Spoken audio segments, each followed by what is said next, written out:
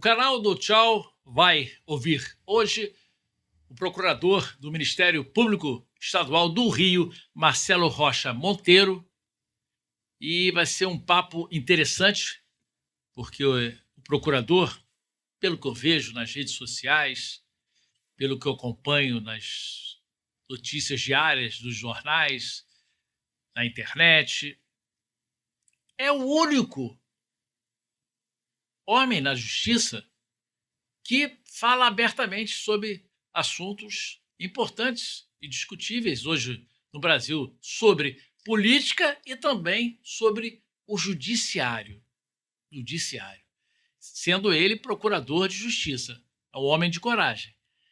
E aí eu pergunto, por favor, se inscreva no canal do Tchau, faça o like, compartilhe esse bate-papo, que eu tenho certeza que será imperdível.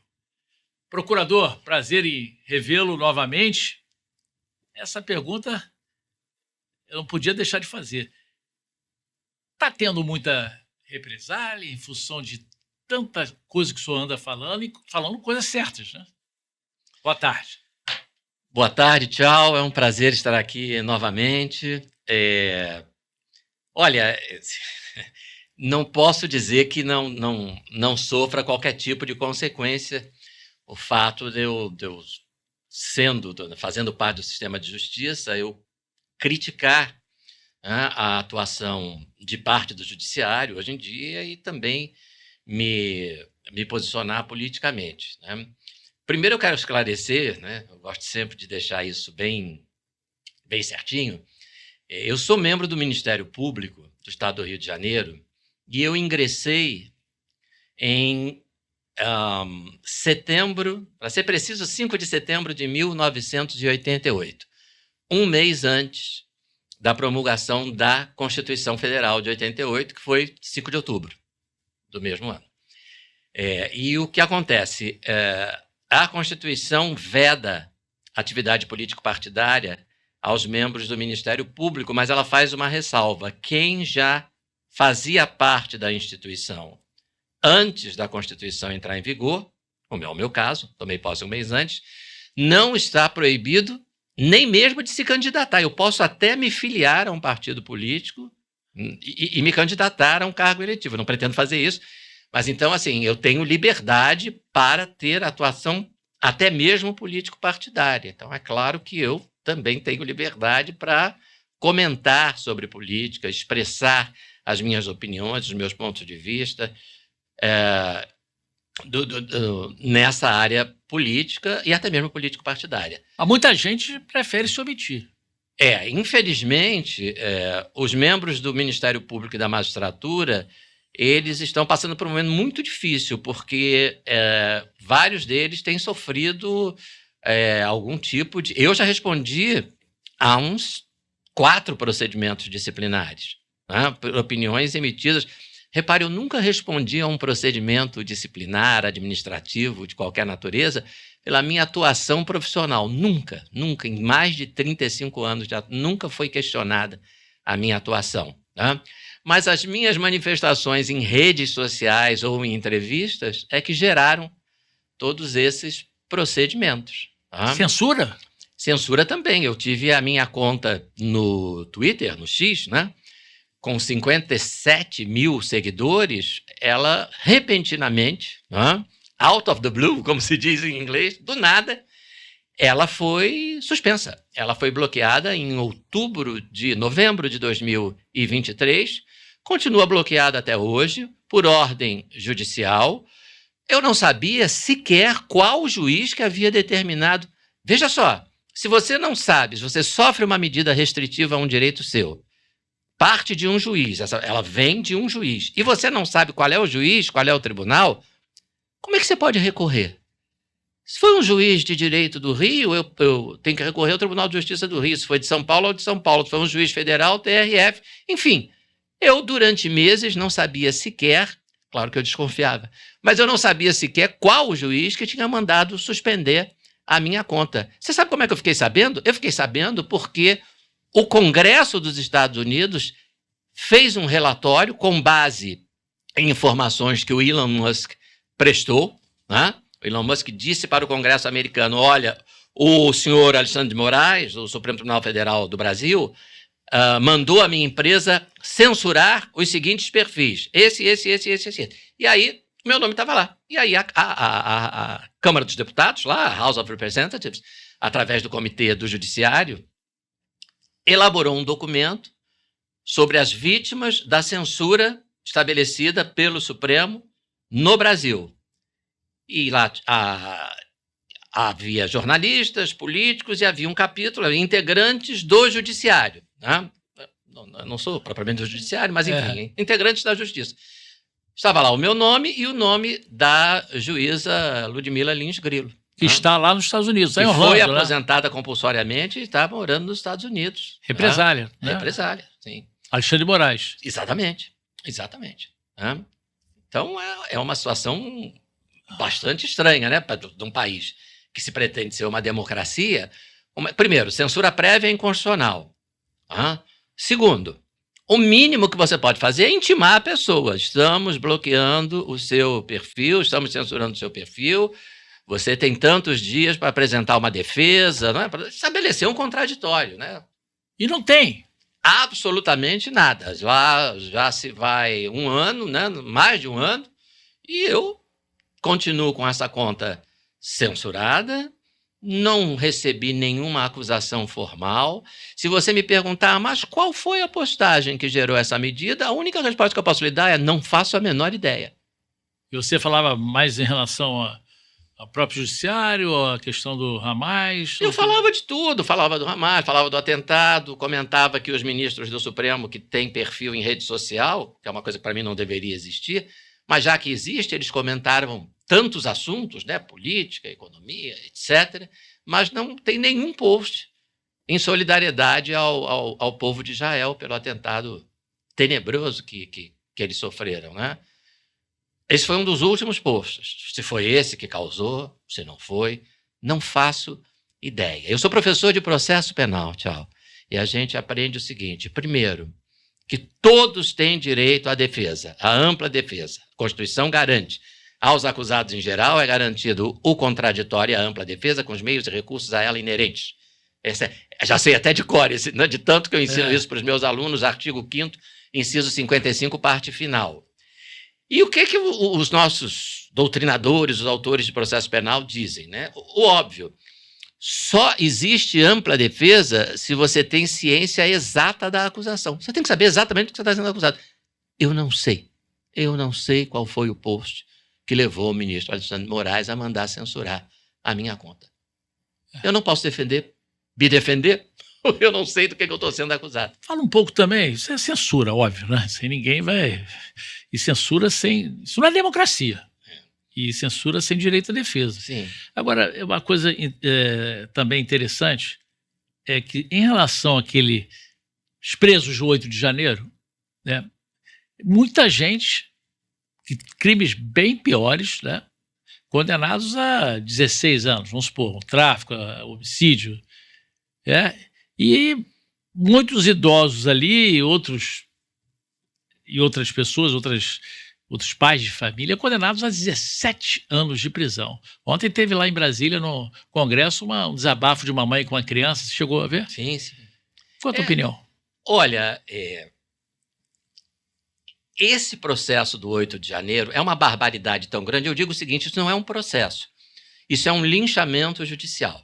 Veja, nós estamos falando de mais de 1.000 réus, quase 2.000, na verdade. Nenhum deles tem foro especial. Tem aquilo que o leigo chama de foro privilegiado. Né? Como é que funciona a justiça? A minha irmã é formada em geografia. Provavelmente ela sabe isso. Não precisa ser bacharel em direito para saber isso. Na justiça, inclusive na justiça criminal, existe um negócio chamado primeira instância. Se você é acusado de um crime, a princípio, você vai ser julgado por um juiz de primeira instância. Caso ele condene você, através do seu advogado, pode apelar, pode recorrer a um tribunal de segunda instância. Por exemplo, o Tribunal de Justiça do Estado do Rio de Janeiro. Se você for condenado no Tribunal de Justiça do Estado do Rio de Janeiro, você ainda tem chance de recorrer ao STJ, dependendo da situação. E se você ainda for condenado no STJ, você tem, dependendo da situação, a possibilidade de recorrer ao Supremo Tribunal Federal, que, como o nome já indica, é a última instância. Quando você já começa sendo julgado pelo Supremo e é condenado, você não tem a quem recorrer. É por isso que ninguém pode começar sendo julgado pelo Supremo, a não ser que a Constituição assim estabeleça. A Constituição diz que se você é acusado de um crime e você é presidente da República, aí você vai ser julgado em única instância pelo Supremo. Se você é acusado de um crime e você é vice-presidente, senador, deputado federal, ministro de tribunais superiores, inclusive do próprio Supremo, procurador-geral da República... STF. Aí é STF, e embaixador, chefe de missão diplomática. É tão fácil que eu sei de cor, não, cabe aqui nos dedos das mãos. Esses são os cargos que dão aos seus ocupantes o foro por prerrogativa de função. E aí ele já começa sendo julgado pelo Supremo. Nenhum desses acusados do 8 de janeiro tem foro especial. Nenhum deles.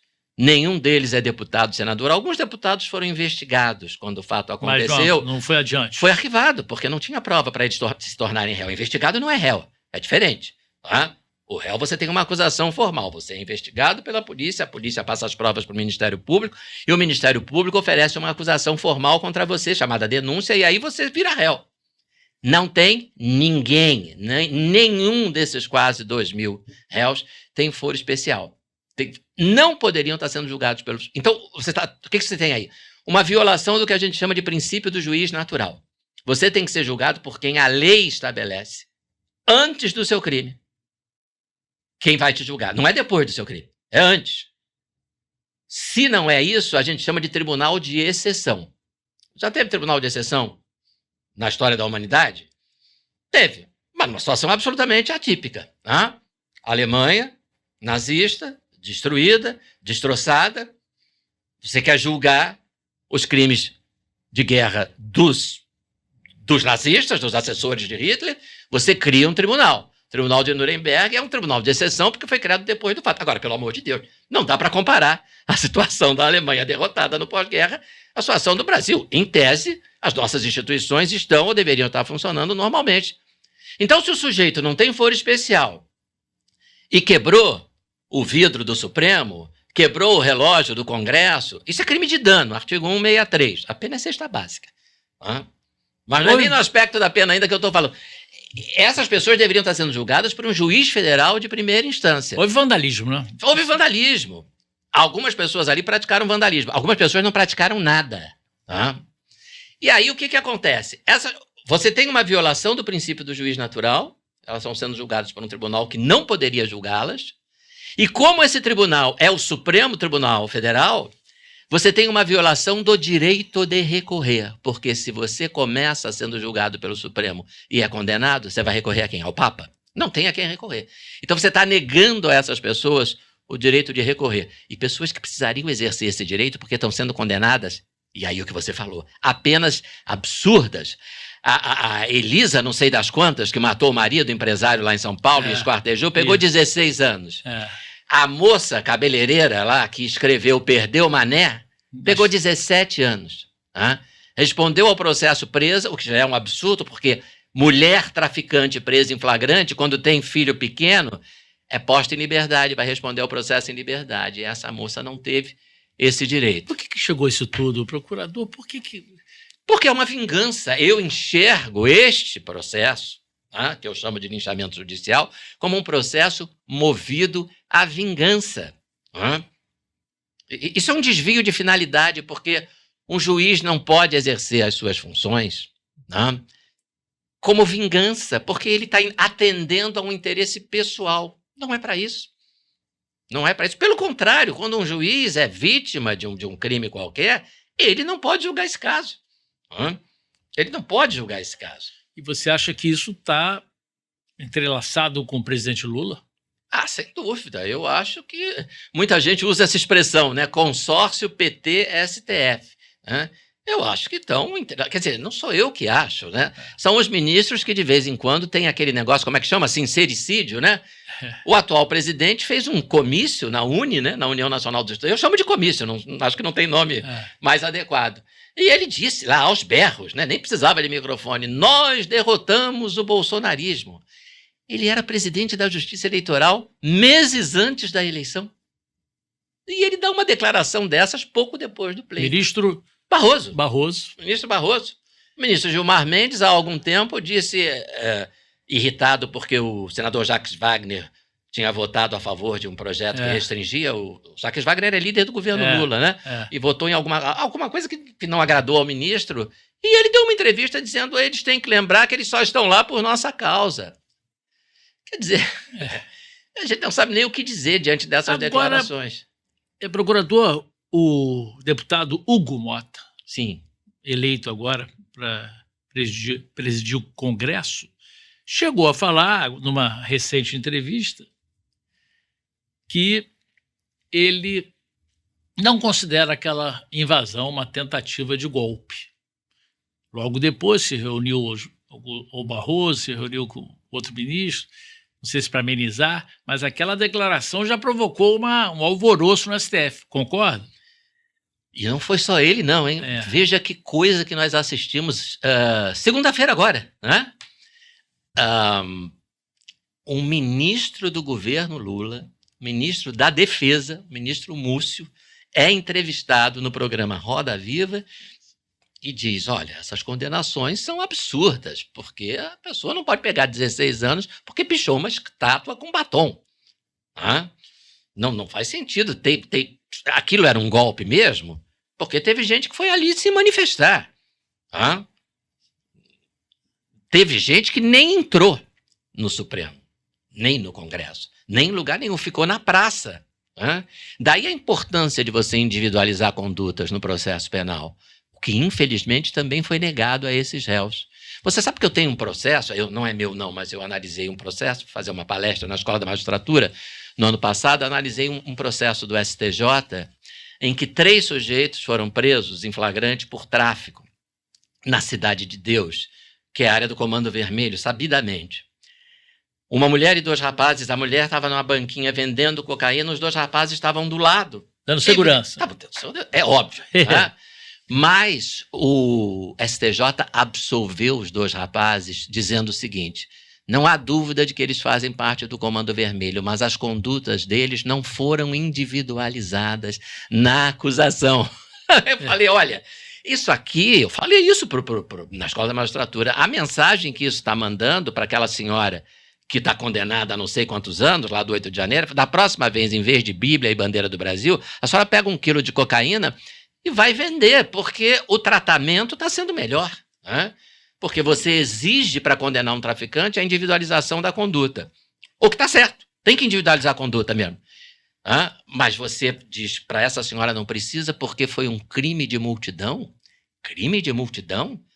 Se tiver uma multidão no Maracanã, tiver um tumulto e alguém morrer, todo mundo que estava no estádio vai ser responsabilizado pelo homicídio? Isso é uma barbaridade. Agora, você acha que vai avante esse projeto de anistia lá, com essa declaração do Hugo, ou não vai? Eu acho que ele precisa ir avante, né? Ele precisa ir. Isso. Não houve. Claro, ele está certíssimo. Qualquer pessoa de bom senso sabe que não foi tentativa de golpe. Você vai derrubar um governo que tem exército com arma, marinha com arma, aeronáutica com arma, polícia federal com arma, polícia rodoviária federal com arma, e você vai para a rua derrubar esse governo sem arma? Com batom, né? Com batom, bolinha de gude, estilingue. Evidente que não. O que houve ali foi, sim, houve uma manifestação que degenerou em depredação de patrimônio público. Que é dano, é crime de dano. Muito errado, né? Muito errado. Como houve em 2017, a esquerda, durante o governo Temer, invadiu na esplanada do Ministério. MST? Não sei quantos. Não foi só o MST, foi a pessoal da esquerda, do PT. E eles incendiaram vários ministérios. Ninguém foi acusado de tentativa de golpe. O que houve ali foi vandalismo. Né? Ninguém foi preso, diga-se de passagem. Né? Mas, enfim... O próprio ex-presidente da Câmara dos Deputados lembrou isso, Aldo Rebelo. Ele disse: quando eu fui presidente, eu pessoal da esquerda invadiu o plenário. E não foi domingo, não. Foi num dia útil, plenário. Os deputados estavam ali. E fizeram uma confusão, fizeram uma quebradeira. Houve uma depredação, houve crime de dano. Mas nem por isso ninguém classificou como tentativa de golpe. Então, agora, por que chegou esse ponto? Também é isso que eu queria entender também. Ninguém vai fazer nada, realmente não há como. Você fala em vingança. Vingança, qual o remédio contra a vingança? Bom, eu pessoalmente acho que o remédio contra juiz que age por vingança é perder o cargo, é o impeachment. Eu acho que o remédio é esse, mas aí a bola está com o Senado. Quem tem poder constitucionalmente para instaurar processo de impeachment contra o ministro do Supremo é o Senado. Então, isso é um absoluto desvio de finalidade. Veja, tchau. Eu costumo dizer o seguinte: direito não é matemática. Existem coisas discutíveis em direito, mas existem coisas indiscutíveis. Quer dizer, esse princípio do juiz natural, quer dizer, você tem que ser julgado por quem a lei diz que tem competência para te julgar, ele não é aberto à discussão. Se você não tem foro especial e você pratica um crime de dano, invade um prédio público, quebra relógio, quebra sei lá o quê, você vai ser julgado por um juiz de primeira instância. Não há discussão. Isso nunca foi objeto. Existe uma corrente que... Não existe nada disso. Não existe nenhum acórdão, nenhuma decisão de tribunal nenhum, nenhum livro de autor nenhum. Vai assim, 100 anos atrás, pega os autores lá de Hélio Tornag, os clássicos do processo penal brasileiro, Magalhães Noronha. Não existe, ninguém vai defender isso. O sujeito vai ser julgado pelo Supremo porque quebrou a janela do Supremo. Não é isso. Agora, o procurador acredita que o fato de muitos senadores terem alguns problemas lá no STF, em termos de processo e outras coisas mais, pode atrapalhar, porque eles se sentem inatingíveis, né? Sim. Essa é uma das razões pelas quais eu defendo que acabe essa história de foro especial. Porque você tem aí um desequilíbrio. Você tem senadores com a função de fiscalizar o Supremo Tribunal Federal, tanto que, no caso de crime e responsabilidade, eles têm a competência para o processo de impeachment, mas, ao mesmo tempo, esses senadores, se acusados de crime, serão julgados pelo Supremo, né? Então, eu defendo que acabe, termine isso de uma vez, que talvez o presidente da República, um ou outro cargo, mas senador e deputado, parlamentares não podem ficar. Nós assistimos um episódio muito estranho, em 2022. Havia um projeto de urna eletrônica com impressão de voto para fins de controle de eventual recontagem, impugnação, etc. E um projeto de emenda constitucional e um grupo de ministros do Supremo foi ao Congresso fazer lobby contra esse projeto. Reuniram-se a portas fechadas com alguns parlamentares e o projeto não foi aprovado. Então, assim, primeiro, que história é essa de ministro da Suprema Corte fazer lobby contra ou a favor de qualquer projeto? Juiz aplica a lei. Juiz não faz lobby para criar a lei. Juiz não faz lobby contra a criação de lei. Você já viu ministro, juiz da Suprema Corte americana ir ao Congresso americano para fazer lobby? Ele só vai ao Congresso americano para segurar a Bíblia lá para o presidente tomar posse. Eles não vão ao Congresso, eles não vão à Casa Branca. É inadmissível para um americano que um juiz da Suprema Corte se aproxime. Eles não vão à Casa Branca. Sequer vão à Casa Branca para não dar a impressão de qualquer proximidade. Nós temos hoje no Brasil ministros do Supremo que se reúnem toda sexta-feira com membros do primeiro escalão do governo Lula. Isso é uma coisa. Mas o que eles fazem? E aí eu perguntaram, mas é o quê? Não, é para discutir as questões do país. Para discutir as questões do país? O que é isso? São aliados políticos? A base aliada do governo Lula inclui o Supremo? Muita gente diz que inclui, porque essa é a impressão que se tem. Agora, o representante da OEA, né, dos Direitos Humanos, primeiro ele procurou agora, está no Brasil ainda? Está no Brasil ainda. Primeiro ele procurou os próprios ministros do Supremo, Barroso e Alexandre de Moraes. Sim. E depois é que foi no... Tem notícia aí? Tem, Sherlock, para botar aí? E depois ficou assustado com o que ouviu. Qual a tua avaliação? Em primeiro lugar, eu fiquei perplexo com uma nota emitida pelo Supremo Tribunal Federal, no seu perfil, em alguma rede social, perfil oficial, sobre essa reunião, na qual eles alegam que informaram ao representante da OEA que todas as pessoas que tiveram perfil censurado em rede social foram devidamente intimadas e tiveram direito à defesa. Isso é absolutamente falacioso. Eu fui uma dessas pessoas, eu nunca fui intimado, como eu já contei antes. Eu fiquei sabendo pelo Congresso americano, porque o Elon Musk informou ao Congresso americano e o Congresso americano divulgou. Eu nunca fui intimado, eu nunca tive oportunidade de me defender. Isso foi em novembro de 2023 que o meu perfil foi bloqueado e até hoje ele continua bloqueado. Eu nunca fui intimado para apresentar defesa alguma. O Luiz Lacombe, por exemplo, a conta da revista Timeline, foi bom o Sharon botar aí, conta da rede social do X, foi bloqueada no Brasil. A ordem partiu do Supremo Tribunal Federal. Por quê? Não informaram. No meu caso, eu nem sabia que a ordem tinha partido. Desconfiava, mas nem sabia que tinha partido do Supremo. Aí ele fala, que bela democracia vivemos. Tem também o Lacombe aí também, ele mostrou aí, não Sim. pode passar informações, né? Ele fala, não podemos fornecer informações adicionais sobre o processo nem dar conselho legal sobre como você pode proceder. O Elon Musk, inclusive, revelou que quando o Alexandre de Moraes mandava o Twitter X censurar determinadas contas, o Alexandre de Moraes proibia o X de informar a pessoa de onde partia a ordem de censura. Então foi o meu caso. Tinha uma mensagem do Twitter dizendo, por ordem judicial, sua conta foi bloqueada. Mas não dizia por ordem judicial vinda do Supremo Tribunal Federal, relator ministro fulano, processo número 1, 2, 3, 4, 5, 6, 7, 8, que é o que acontece. É isso, o processo legal, justo. Processo legal funciona assim. Né? Você recebe um mandado de prisão, oficial de justiça, a polícia bate na tua casa porque um juiz decretou tua prisão. Eles te prendem, mas eles mostram para você, olha, nós estamos te prendendo porque o juiz fulano de tal da 29ª Vara Criminal do Rio de Janeiro decretou a sua prisão preventiva para... Tá aqui, tá? Pode ficar com uma cópia do mandado de prisão para você. Eu não recebi absolutamente nada. Simplesmente descobri que a minha conta tinha sido censurada. Então, isso que o ministro Barroso está falando, né? Suponho que tenha sido ele como presidente que tenha redigido a nota, não corresponde à verdade. Perfeito. Agora, tenta encontrar aí também a imagem do representante da OEA. Eu até botei no meu Instagram falando que ficou inacreditável, né? Ele dá entrevista que o repórter do Metrópolis falou. O que o senhor acha sobre as declarações aí dos deputados?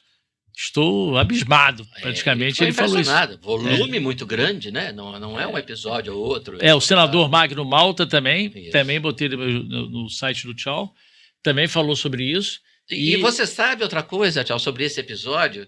Mais uma violação do devido processo legal. Essa medida que o senhor Alexandre de Moraes tomou, censurando a minha conta, foi tomada no bojo de um inquérito policial. Então, estamos falando de matéria criminal. Tá? Ele acha que eu cometi algum crime, ainda não teve a gentileza de dizer qual foi o crime que eu cometi. Tá? Eu sou procurador de justiça, eu sou membro do Ministério Público do Rio de Janeiro. A Constituição, lá no artigo 96, inciso 3º, me dá foro especial. Eu só posso, se eu for acusado de qualquer crime, com exceção de crime eleitoral, eu só posso ser julgado pelo Tribunal de Justiça do meu Estado. Então, esse tipo de medida nunca poderia ter sido tomada pelo Supremo. Somente pelo Tribunal de Justiça do Estado do Rio de Janeiro. Eu já fui interpelado criminalmente por declarações que eu dei em entrevistas, mas a pessoa que me interpelou, que se sentiu ofendida, ela ingressou com a interpelação no Tribunal de Justiça do Rio de Janeiro, corretamente. TJ Carioca. Exatamente. Então, não tem mais regra. O vale tudo. É como se o Supremo tivesse assim uma espécie de competência universal, né? Nós vamos julgar porque nós queremos julgar. O processo é nosso porque nós queremos que o processo seja nosso. Governo aconselha magistrados a não viajarem aos Estados Unidos. Dá uma... O magistrados aí parece que é genérico, mas não é não, né? Isso aí tem endereço certo. Isso aí é para os ministros do Supremo Tribunal Federal. E aí a questão interessante, que até o Roberto Mota levantou, né? Na ocasião, isso, é a seguinte, mas vem cá, mas tem gente do governo do PT aconselhando ministro do Supremo a não viajar para os Estados Unidos com medo de sanção, de proibir a entrada, até mesmo de prisão, num caso mais drástico, né? Que eu não acredito que isso vai acontecer, mas então é porque alguma coisa de ilegal eles fizeram, né? Tá com receio, né? Algum receio, né? Por que eles têm esse temor? Do nada, né? Do nada não deve ser. A área diplomática teme que integrantes do judiciários sejam presos. Bota a segunda aí, por favor, Charles. Essa aliados, aí já é mais direta. Aliados de Lula se preocupam com a possível prisão de Alexandre de Moraes nos Estados Unidos. Eu acho que isso não vai acontecer, não vai viajar. A prisão não vai acontecer, até porque a prisão lá existe o devido processo legal. Né? Lá mas a cassação de visto é ato discricionário do Poder Executivo nos Estados Unidos. Então... Pode ser que aconteça. Pode ser que aconteça. Já aconteceu com integrantes de um tribunal, até em tese mais importante do que o Supremo. Aconteceu semana passada com integrantes do Tribunal Penal Internacional. Nos Estados Unidos, o governo Trump mandou caçar passaporte, bloquear, acho que mandou bloquear os ativos que esses juízes eventualmente tenham, porque, no entender do Trump, eles abusaram do poder, instaurando investigação contra o primeiro-ministro de Israel, e algumas outras pessoas próximas aos Estados Unidos. Vamos, antes de falar sobre a agência, aquela agência americana, que ele mandou suspender também os trabalhos, mostra mais uma do Instagram, amigo. Brasileiros recorrem a café fake para contornar a alta. O que seria isso, café fake, que está no teu Instagram? São produtos que têm sabor de café, mas não são café, na verdade, né? Porque parece que o café atingiu um preço... Mas ele não falou, o presidente Lula, que no início do governo, todo mundo ia comer picanha. Tomar cervejinha, a expectativa era picanha grátis com cervejinha, a realidade é café fake. Exatamente. E você tem uma história interessante lá perto da tua rua, né? Tem um supermercado. Isso. O que está oferecendo? Conta aí pra gente. Então, tem um supermercado bem em frente à minha casa. Eu vou muito lá, né? Quebra o galho lá, é ótimo, é perto. Aí, isso aí tá até com um choque, olha lá. Se levar, vai. Olha lá. Hoje o café está tão caro que o supermercado colocou. Eu botei isso no meu Instagram também. Colocou até alarme. Virou cobiça para os ladrões.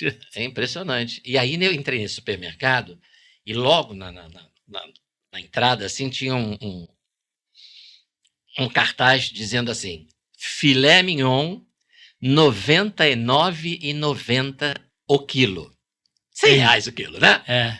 E aí, mas o mais curioso é a frase, a palavra embaixo do preço estava escrito: aproveite. Quer dizer, R$100 o quilo, ainda está dizendo para a gente aproveitar, é porque vai piorar, né? É porque o negócio está feio. É porque olha aí, aproveite. Filé mignon R$ 99,99. Pela madrugada. E nem picanha, é filé mignon. É o filé mignon. Eu lembrei do Mário Henrique Simonsen, né? Que falando sobre a inflação. Foi ele? Não foi. Foi o Milor Fernandes. O Milor era bom, né? Milor dizia assim: a melhor coisa a fazer com relação aos preços de hoje em dia é comemorar pensando como eles estão baixos comparado com o de amanhã. Ou seja, está achando ruim? Vai piorar. Vai piorar ainda mais. Vai. Coloca outro do Instagram ali dele, por favor, Charles, porque é bom. Eu gosto de ouvir em qualquer lugar do mundo que morre um profissional de segurança em ação é para parar o país. É isso, a gente vai entrar nesse assunto. E dizer que o bandido não pode reagir, muito menos matar agentes do Estado. A nossa geração vai se arrepender muito de não ter olhado para essa questão de segurança como prioridade. Até o Otávio Guedes, que eu conheço, comentou. Me chama a atenção, porque a Globo News, inclusive esse jornalista, tem sido defensores da ADPF 635. Que amarra as mãos da polícia aqui no Rio de Janeiro. Né? Parece que estão mudando de ideia. Nesse comentário ele foi bem a favor, né? Eu fiquei assim, muito espantado ao me deparar na semana passada com um artigo de opinião, com um editorial do Globo, dizendo que, em outras palavras, a ADPF 635 já deu. Tem que acabar, tem que parar esse negócio de proibir as operações policiais nas comunidades dominadas. Parece que o pessoal está mudando de ideia. Vamos agora falar, Chelos, mudar de assunto, vamos falar sobre essa DPF. Ele já comentou, já tudo bem, o Otávio falou. E agora, 2-1 por enquanto. Sim. Porque o STF está agora analisando essa questão da DPF 635 no Supremo Tribunal. Sim. Ideia mais do que clara do ministro Fachin. Concorda? Sim. Ele que liderou isso tudo. Então, ele diz que tem que manter isso tudo, papapá. Já o Alexandre de Moraes, de uma maneira enfática, falou, não, o bandido tem que ser enfrentado com arma pesada mesmo. E o próprio André Mendonça também reafirmou. Qual a tua opinião? E você acha que daqui a pouco vai cair isso, pelo 2-1, ou acha que vai virar ainda? Eu espero que caia, mas assim, quando eu trato da ADPF 635, eu tenho tratado muito disso em várias entrevistas, palestras, etc. Primeiro eu gosto de chamar a atenção para o seguinte ponto. Não cabe ao Poder Judiciário definir política de segurança estadual. Pública. A função do Supremo é aplicar a Constituição, aplicar a lei e, especificamente, aplicar a Constituição. Então, vamos dar uma olhadinha em 2 ou 3 trechos do voto do ministro Fachin. O que ele propõe nesse voto? Pode falar. Deve ser elaborado um programa de assistência à saúde mental dos policiais. É uma ideia excelente. Não é função dele, no entanto. Tem alguma lei dizendo que é obrigatório um programa de assistência à saúde mental dos policiais? Até onde eu sei, não existe. Então, essa é uma decisão que cabe a quem foi eleito pelo povo. Isso é democracia representativa. Olha outro exemplo. Helicópteros, está no voto do Fachin, só devem ser usados nas ações policiais em caso de estrita necessidade, com relatório circunstanciado após a incursão. Não existe isso em lei nenhuma. Que lei ele está aplicando? Ele não está aplicando a lei, ele está aplicando a visão dele de qual a melhor política de segurança pública. Que é uma visão absolutamente equivocada. Mas ainda que fosse uma visão correta, não cabe a ele. Na democracia, a coisa funciona assim. O povo elege qual o candidato que, na opinião da maioria, tem a melhor política de segurança pública, tem a melhor política de juros para o Banco Central, tem a melhor política de saúde pública. No caso disso, dessa situação toda, os deputados estaduais daqui do Rio que teriam que definir. O governador, principalmente, né? O governador é que vai comandar Qual é o outro ponto segurança pública. Presença obrigatória de ambulâncias em operações policiais. Essa lei não existe. Você pode achar que essa é uma ótima ideia, eu também posso achar, mas na democracia é o povo que decide isso pelo voto. Vem um candidato e diz, se eu for governador, vai ter helicóptero em tudo que é operação policial. Ambulância também. E vai ter ambulância também. Vem o outro e diz, se eu for governador, não vai ter helicóptero porque não vai ter nem operação policial. Eu acho que a polícia não resolve, blá, blá, blá, blá, blá, blá. Aí o povo decide. Não, eu gostei desse que diz que vai ter operação todo dia com helicóptero. Eu gostei desse que diz que não vai ter operação policial nenhuma porque a polícia não resolve. Quem ganhar, implanta a sua política. O nome disso é democracia. Se nós acharmos que esse voto do Fachin é normal, nós estamos abdicando da democracia representativa e vamos viver num país em que todo o poder emana de juízes vitalícios e não eleitos. Quando o sujeito é vitalício e não eleito, ele não precisa prestar contas do que ele decidiu para o povo. E isso é um perigo. Quem vive em país governado por agentes públicos vitalícios e não eleitos, só tem 2 tipos. É quem vive em monarquia absoluta, tipo a Arábia Saudita, tem poucas hoje no mundo, ou quem vive em ditadura. Até onde eu sei, o Brasil não é uma monarquia absoluta, né? Não tem o príncipe Barroso, o sheik Fachin, Então sobra um outro caminho perigoso, que é o caminho Da ditadura. da ditadura. O policial, outro trecho do voto, o policial que no confronto com criminosos causar a morte de um criminoso, se ele, no espaço de um ano, fizer isso mais uma vez, ele ficará automaticamente afastado das suas funções. O sujeito criou uma lei, não existe essa lei, né? No Rio de Janeiro, nós temos confrontos que os policiais enfrentam em que eles têm que atirar contra 5, 10, 15, 20 criminosos. Diários. E aí o sujeito diz assim, eu já entrei num confronto, tive que matar o bandido semana passada, se eu atirar de novo dessa vez, vou ficar um ano afastado porque o Fachin inventou essa regra. Isso inibe a ação policial. Claro que inibe. Né? E, de novo, não existe. Eu costumo dizer, né, a questão central sobre a DPF 635, eu costumo dar o seguinte exemplo. Se a DPF 635 fosse o contrário do que ela é, se o Supremo mandasse a polícia do Rio de Janeiro fazer operação policial contra o crime organizado todo dia, seria errado da mesma maneira. Por quê? Porque não é função deles decidir isso. Não é o mérito só que eu estou questionando. Eu estou questionando a legitimidade de um tribunal. Você acha que aumentou a criminalidade? Sem dúvida. Nesse período? Não há dúvida. Não há dúvida. O delegado Fabrício... Olha, a expansão territorial está por volta de 25%. Quer dizer, o crime organizado mandava aqui, aí você aumenta isso em 1/4. Agora ele manda aqui. É muita coisa, né? 25% é muita coisa. Tá? O número de veículos da polícia atingidos por tiros de criminosos aumentou 700%. O número de aeronaves da polícia atingidas por tiros de criminosos aumentou inacreditáveis 1.600%.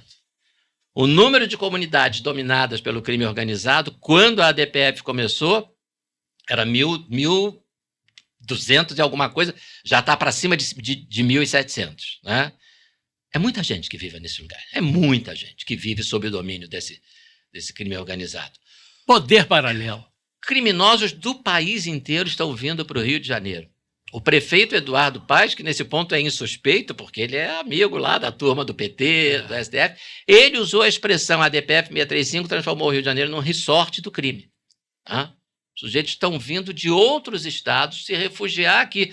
Ora, se você é traficante, está sendo procurado pela polícia no Pará, não tem coisa melhor do que vir para uma comunidade do Rio de Janeiro onde a polícia está proibida pelo Supremo de agir.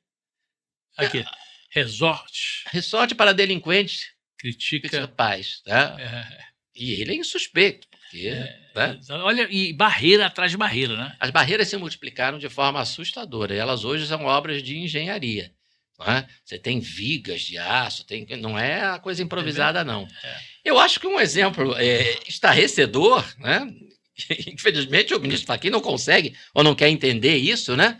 Quando você proíbe a polícia de estar regularmente nesses locais, você permite que um traficante construa duas mansões com uma praia artificial e piscina e lago e não sei mais o que.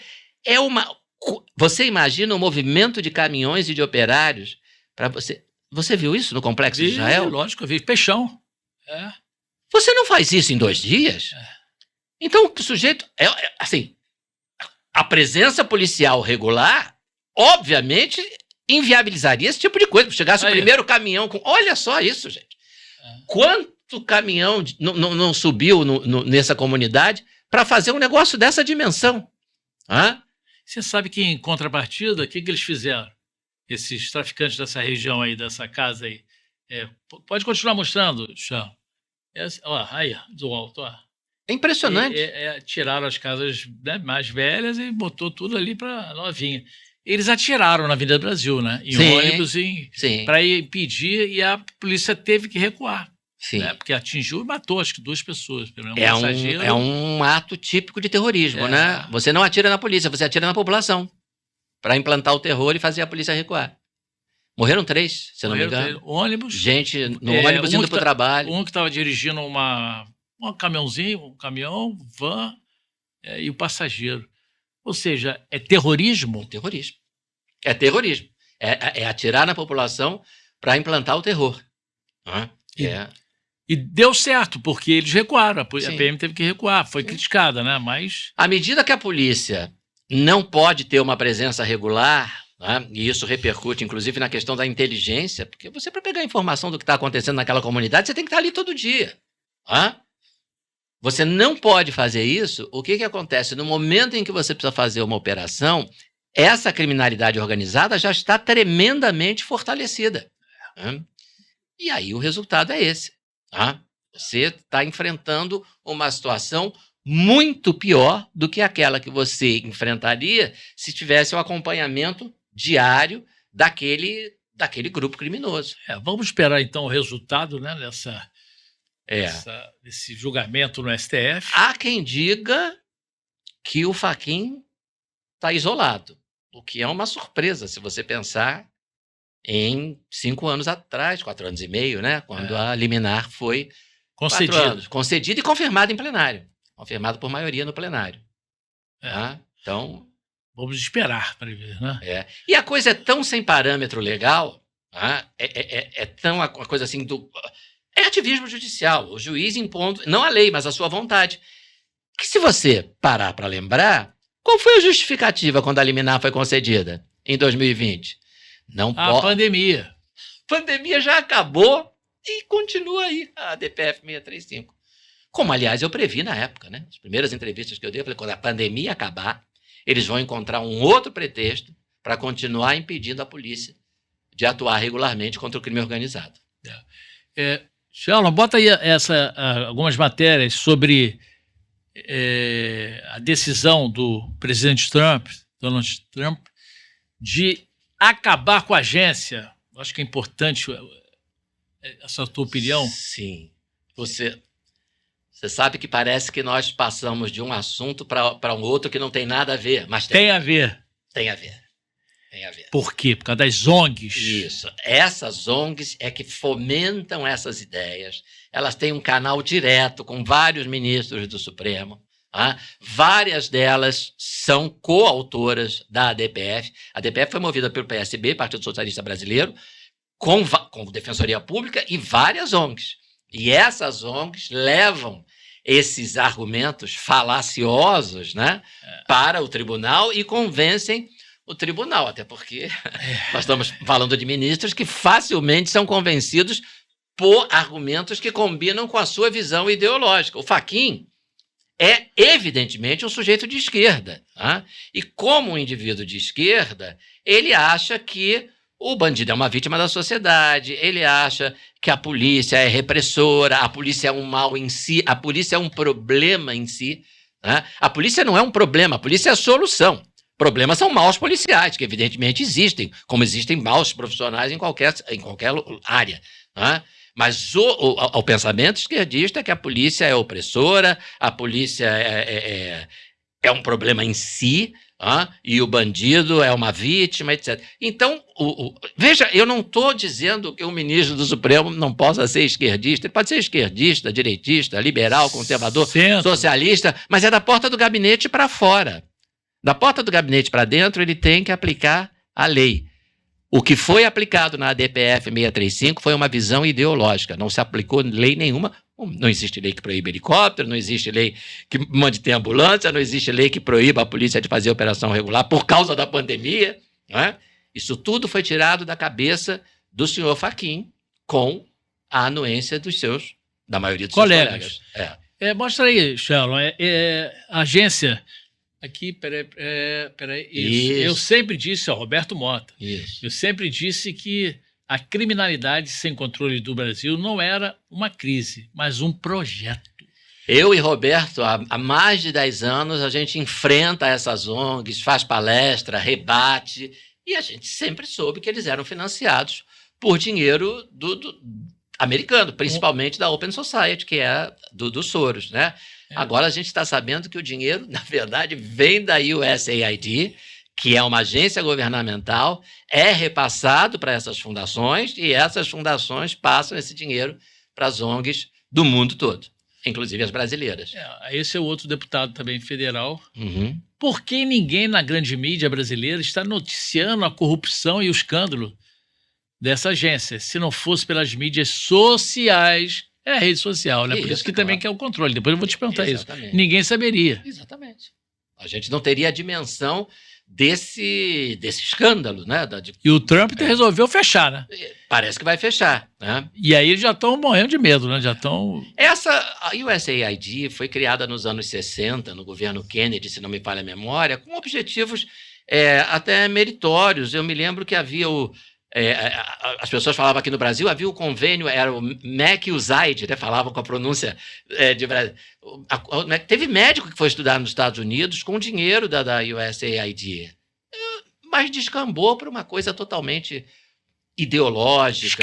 Esquerda. Né? Então... E aí era muito dinheiro, né? Que vai, dinheiro. Plano de Donald Trump e Elon Musk de fechar a agência ameaça a mídia independente no mundo. Achei essa manchete da Folha muito engraçada, porque a mídia independente depende de dinheiro do público americano, então acho que não é tão independente assim. Né? Ou seja, e acredito que você ainda acha que tem alguns passos para até acontecer isso definitivamente. Né? Mas tem duas áreas, né? Tem várias áreas. Mas tem duas áreas em que é muito nítido que você percebe uma coordenação, né? Não é coincidência, segurança pública e área ambiental. Você vai ter uma série de ONGs com o mesmo discurso, né? Com a mesma pauta. No caso da segurança pública, desencarceramento, legalização do tráfico, restrições à polícia. É sempre nessa linha. O Brasil prende demais, que é um discurso absolutamente falso, mas que é repetido, eu vou te dizer assim, por alto. Assim, nós estamos falando de, no mínimo, 20 ONGs nessa área.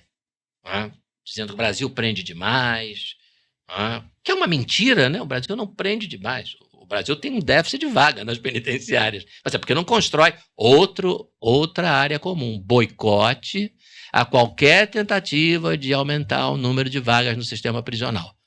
Olha, os nossos presos estão apinhados, está superlotado, então vamos construir mais. Não vamos, não queremos construir mais. Então vocês querem o quê? Quer que solte o bandido, né? Agora, como é que essas ONGs conseguem impedir, por exemplo, a construção desse lobby? Construção de... Sim. É um lobby forte? É um lobby fortíssimo. Houve uma tentativa em 2019, eu acho, antes da pandemia, da tentativa do governo do Estado de construir. Nesse caso, não era propriamente o sistema prisional, mas era o que a gente chama de sistema socioeducativo, para os criminosos menores de 18. Né? Degase? Era o Degase. E o Degase estava muito cheio, eles tiravam foto, olha, os meninos faziam assim. Dizem as más línguas que já tinham um lugar combinado, para os fotógrafos chegavam, a garotada lá ia fazer assim. E olha, está superlotado e tal. E aí o governo do Estado conseguiu, nessa época eu era do Conselho de Segurança Pública, né? E a gente conseguiu, com a então ministra Damares, uma verba de 50 milhões, né? Que seria destinada só para o Rio de Janeiro. Nós mostramos que o perfil do menor infrator do Rio é barra pesada. E precisávamos aumentar as instalações. Né? E aí, depois que nós conseguimos, o governador anunciou, né? O chefe, na época, chefe da Defensoria Pública do Rio de Janeiro, que era um dos maiores críticos da superlotação, publicou no Globo um artigo dizendo que não tinha que ter nada disso, não tinha que ter construção de novas vagas, não, porque o raciocínio estranho é o seguinte: quanto mais vagas houver, mais infratores serão presos. Então, o sujeito acha que eu não sei o que o sujeito acha, né? Eu não tenho uma opinião. O infrator, ele é preso não porque ele cometeu o crime, mas porque existe uma vaga para ele. Então, assim, é um negócio que não tem o menor sentido. Você prende um homicida porque ele matou alguém. E não porque existe ou deixa de existir uma vaga para ele na penitenciária.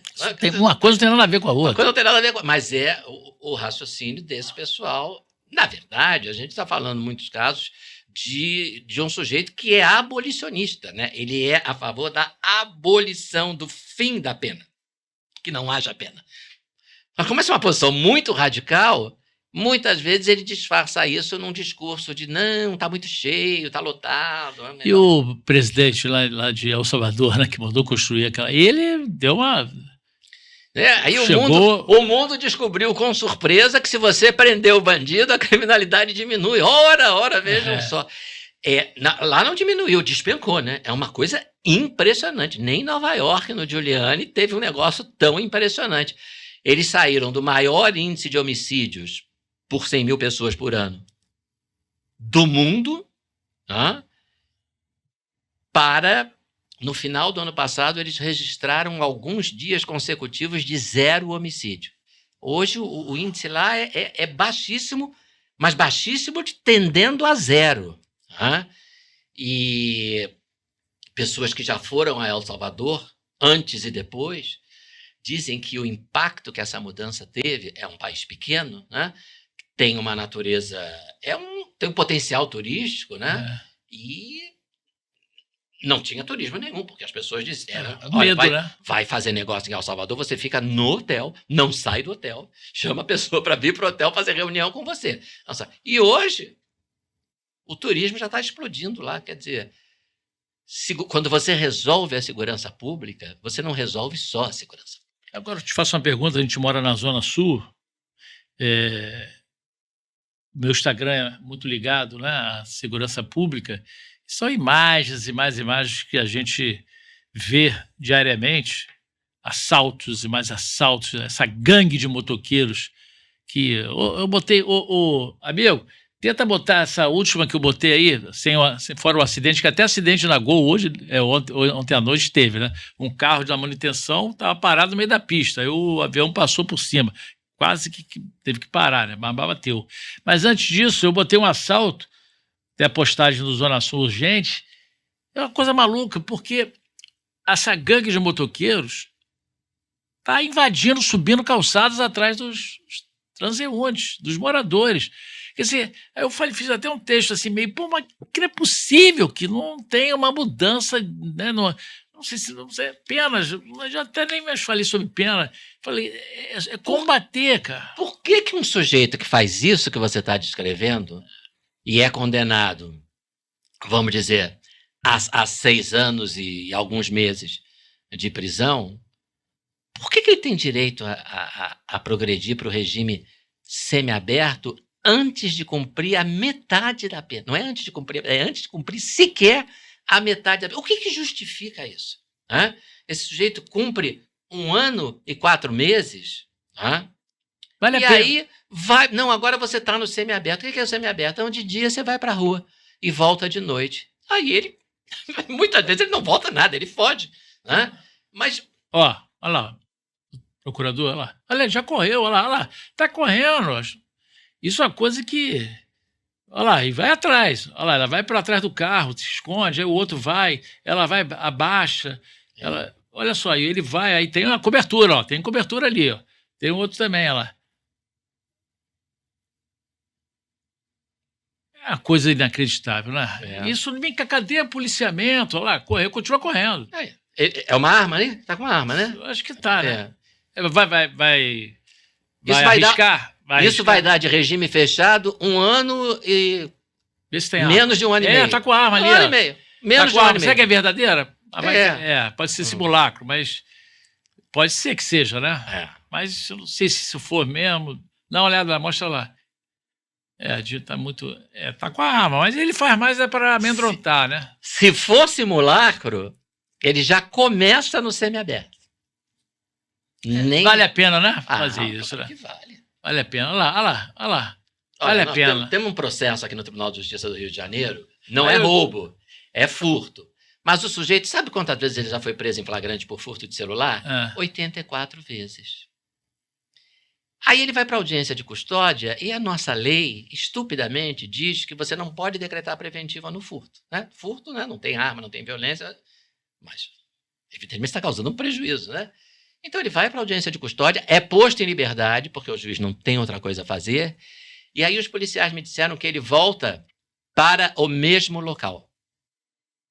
Para o mesmo local. Vai roubar de novo. 84 furtos. E o policial fica desmotivado, né? Eu fico imaginando esse policial, né? Deve passar pela cabeça dele. Você quer saber de uma coisa? Não vou mais prender esse sujeito, porque, né? É uma palhaçada isso. Coloca outra imagem de furto para mim, por favor, no meu Instagram.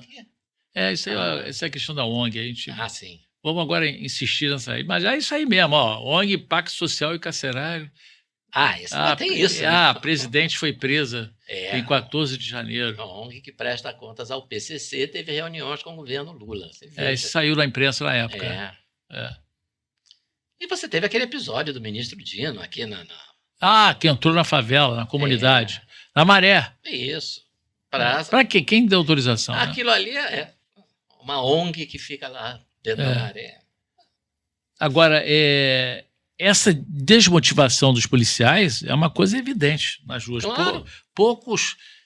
tem muita gente ainda que, mas a maioria, em função disso tudo, está desmotivado. Você imagina se você faz o policiamento nesse local e você prende o sujeito 84 vezes? E ele volta pra rua? Essa foi a última. Casal de moto está assaltando. Mulher e homem está assaltando. Está tudo quanto é. Olha lá, chegou de Uber. Acho que vai assaltar até o Uber, pelo que eu botei ali. Olha lá, olha os dois aí, o casal. Isso foi subúrbio. Aí vai voltar e vai cometer o crime. Peraí. Pronto. Parou, saltou. Que beleza, hein? Tá bem ela, hein? Então, à vontade. Olha lá, botou a arma na cabeça do cara e ela vai lá pegar. Olha lá. Ele pega, ela salta. Quanto tá isso de pena?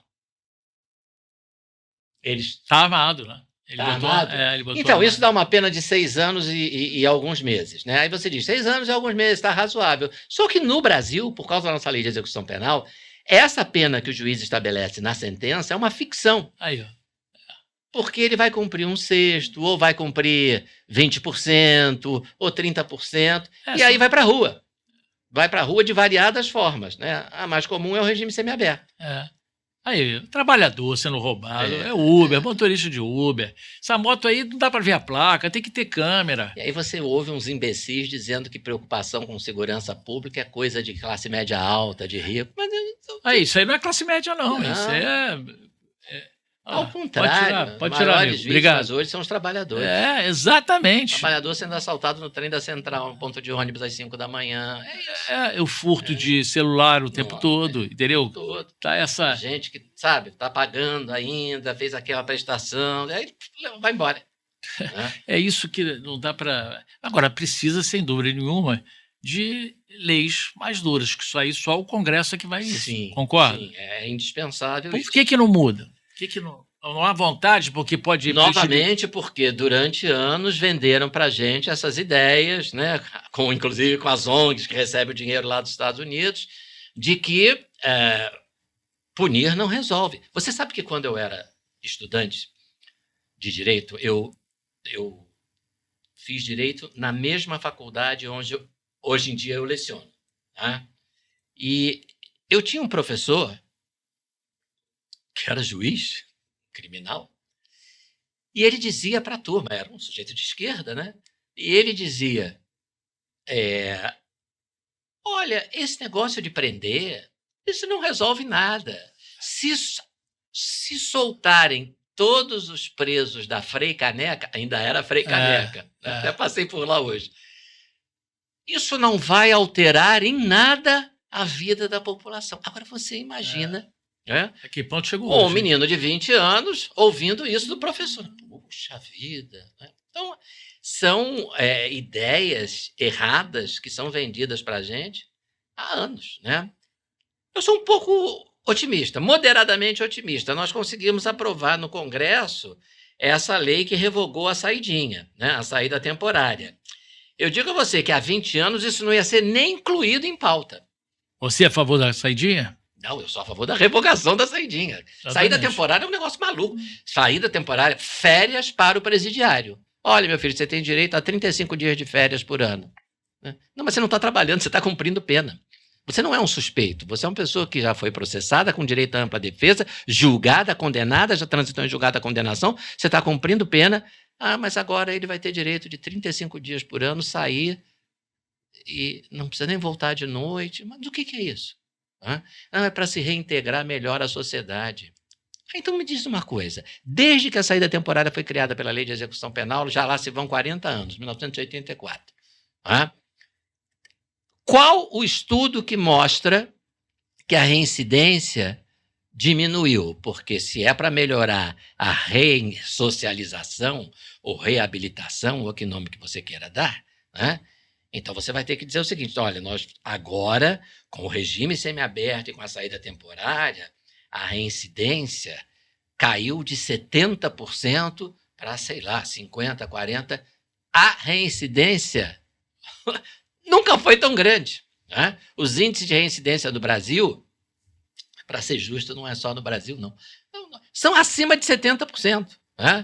Por quê? Porque crime é escolha, e aquela pessoa escolheu viver do crime. Então, quando ela sair, ela vai continuar, a não ser o crime passional, aquelas Para que voltar? Para que voltar? Pois é. Ele sai e continua cometendo crime. Exatamente. Então, assim, saída temporária não tem nada a ver com reabilitação, nunca contribuiu para a ressocialização, nada disso. Só contribui porque a gente vê, o sujeito sai na saída temporária e pratica um crime, mata uma pessoa, pratica roubo, assim. E o senhor tem a mesma posição em relação à audiência de custódia também? Sim, que ser... a audiência de custódia também é algo que não, a meu ver, não tem justificativa nenhuma. A única justificativa que ela teria seria fazer daquilo um ato processual de instrução. Já prendeu em flagrante? Então vamos fazer o seguinte, chama todo mundo, vamos ouvir todo mundo, o promotor vai fazer a acusação, o advogado terá direito à defesa e a gente já faz o julgamento agora mesmo. Aí faria sentido, mas não. Para perguntar para o preso, o senhor foi bem tratado? Só falta aquele, a gente ouve depois dessas ligações de telemarketing, de 1 a 5, diga-se, o senhor ficou satisfeito com a sua prisão? Qual a nota que o senhor dá? E tem sido um instrumento para medidas completamente absurdas, quer dizer, traficante armado de fuzil, preso em flagrante, é posto em liberdade. Como é que você justifica isso? Vai dizer o quê? Que ele não é perigoso? Então, assim, pelo amor de Deus. E é liberado, muitas vezes. Liberado. Tem esse caso que eu comentei, não é crime violento, mas é furto de celular, o cara já foi preso e liberado 84 vezes. 84 vezes na audiência de custódia. Ele foi posto em liberdade. Na segunda vez não é para soltar mais, pelo amor de Deus. Você prendeu em flagrante, ele voltou para o mesmo lugar, foi preso de novo, não é para soltar mais na segunda vez. E teve a questão até daquele crime, aquele rapaz turista lá na praia, que quem matou foi o que saiu da audiência de custódia na sexta, porque roubou chocolate, O pessoal lá da PM de Botafogo, do programa, já tinha conhecido. Já tinha passagem. Isso, aí ele voltou na praia para roubar de novo, aí acabou matando no grupo. Eu acho que está na rua, se quer saber, está na rua, se não me engano. Então, o nosso judiciário, vou te contar um negócio, agora, finalizando assim, você tem esperança aí dessa mudança ainda em relação a tudo isso que está acontecendo no Brasil, a ditadura do judiciário ou não? O negócio vai continuar, porque a gente fica pensando aí no meu amigo lá, Luiz Lacombe, que lá já está, mas ele não vai parar, não. Lá ele tem, pelo menos, porque se estivesse aqui, estava ficando ser preso. Com certeza. Eu diria que a minha amiga juíza Ludmila, conhece ela? Conheço, gosto muito dela. Somos coautores, de um livro, O Inquérito do Fim do Mundo. E então se ela ficasse no Brasil, eu não sei, se ela foi perseguida de uma tal maneira, ainda é perseguida, porque veja que a aposentadoria compulsória, que é a punição mais alta para um juiz no ponto de vista administrativo, para perder o cargo só em processo criminal. Queriam que ela respondesse a processo criminal. O Ministério Público de Minas Gerais disse não tem crime nenhum e arquivou. Mas se dependesse de outros, ela teria... Como não respondeu ao processo criminal, ela teria direito a receber a aposentadoria. Pois o Alexandre de Moraes cassou a aposentadoria dela. Você acredita nisso? Sem amparo legal. Não existe isso. A lei diz, não, aposentadoria compulsória vai receber o salário, vai receber proporcional. Ela tinha 10 anos de magistratura, vai receber 1/3, mas vai receber. Ele cassou a aposentadoria. Então, veja, a lei já não vale absolutamente nada. Você pergunta se eu tenho esperança. Eu tenho esperança. Eu não sou bom de previsão, mas esperança eu sempre tenho, né? Nós estamos vendo, nas últimas semanas, mudanças aí que a gente absolutamente não esperava. Desbloqueio do Monark, É. mais o Paulo Figueiredo. Isso. Então, assim, está longe de ser um retorno à legalidade, à normalidade democrática, mas algum sentido isso tem, né? Alguma coisa está acontecendo e eu acho que, sim, quando você tem a eleição de um novo presidente do país mais poderoso do mundo, né, isso repercute. Pesa. Né? Isso pesa, né? Não estamos falando de nenhum paizinho pequeno, estamos falando dos Estados Unidos, que tem uma importância geopolítica descomunal, né? Quer dizer, você vê que o sujeito ganha a eleição, antes dele tomar posse, já começa uma movimentação lá dos terroristas do Hamas para soltar, né, os reféns, né? Você tem já o México se reposicionando, o Canadá. Então, a gente ainda não tem a noção exata da dimensão que isso pode tomar, né? Mas a gente comentou aí, né? Pessoas do governo aconselhando ministros do Supremo a não viajarem para os Estados Unidos. Então, eu acho que pode. Veja, eu não tenho dúvida de que tem que resolver os problemas do Brasil são os brasileiros, né? Somos nós. Mas que essa mudança no quadro internacional pode ser favorável, eu acho que isso pode, né? Mas tem que ajudar também, né? O próprio presidente eleito agora, o próprio senador novo eleito, tem que ajudar, mas o problema todo é que são várias peças, né, que tem que e uma outra coisa que eu gosto de destacar, né, nessa questão do governo americano, é que as pessoas sempre falam que as Américas, né, a América Latina, nunca foi uma prioridade para o Departamento de Estado americano. Mas dessa vez, o secretário de Estado se chama Marco Antônio Rubio. Né? É um cubano-americano que sabe muito bem o que significa um regime autoritário, porque a família dele saiu do país de origem por causa disso. Então você acha que isso mesmo leva em conta, né? Eu acho que vai ter um peso, sim. Qual o peso, qual o resultado, não tem como a gente dizer de forma precisa, mas as coisas estão mudando. Né? Já falamos sobre saidinha, sobre a custódia, falamos sobre essa questão das leis mais fortes, das prisões, falamos sobre política, falamos sobre a questão do judiciário. Acho que o episódio de hoje serve de uma verdadeira aula, né? É um professor de processo penal e falou de maneira clara, objetiva. Como é duro ser professor de processo penal no Brasil de hoje, viu? A gente ensina uma coisa, o Supremo faz o oposto. Exatamente. Olha só como é que chegamos a que ponto, né? Você não esperava? Não esperava. Eu não esperava ter que discutir devido ao processo legal, princípio da reserva legal, coisas que são estabelecidas há décadas no direito brasileiro. Assim, a gente fala 15 minutos na sala de aula e passa para o próximo assunto, porque esse aqui não tem discussão nenhuma. Agora tem. Agora os alunos discutem, falam, mas... Professor, mas o senhor disse que o judiciário não pode instaurar inquérito? Falei, claro que não. Mas o Supremo instaurou 2. Pois é. Que não acabam, né? Que não acabam. Professor, o senhor está lendo esse artigo 10 do Código de Processo Penal que diz que o inquérito deve ser concluído em 30 dias. Né? Tá bom, pode ter uma prorrogação, mais 60, mais 90, mas 6 anos? Obrigado mais uma vez pela presença. Um abraço. Grande abraço.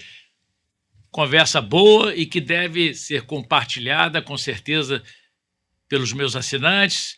E se inscreva no canal do Tchau, porque apenas essa é mais uma boa entrevista que eu tenho certeza que você vai conferir lá no canal. Tchau!